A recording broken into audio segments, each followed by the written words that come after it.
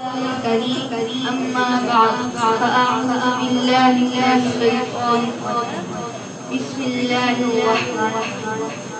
हम अपनी सांसें तेरे नाम लेते हैं। वतन हम तेरी अज़मत को सलाम करते हैं।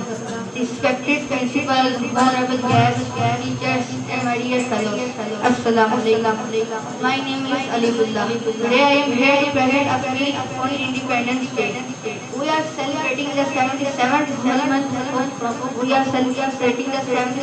independence of our beloved country, independence. I would like to wish you all a very happy Independence Day. This day is one of the most important days present in the history of Pakistan.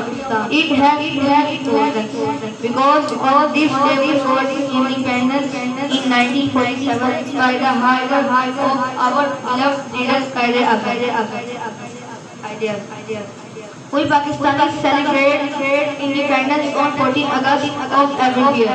But according to Islamic calendar, we got independence on 27th month of Ramadan. We celebrate this day with great zeal. Thousands of brave freedom fighters sacrificed their lives to get freedom from British rule. At the end of my speech, I would like Pakistan will even make progress and lifelong Ameen.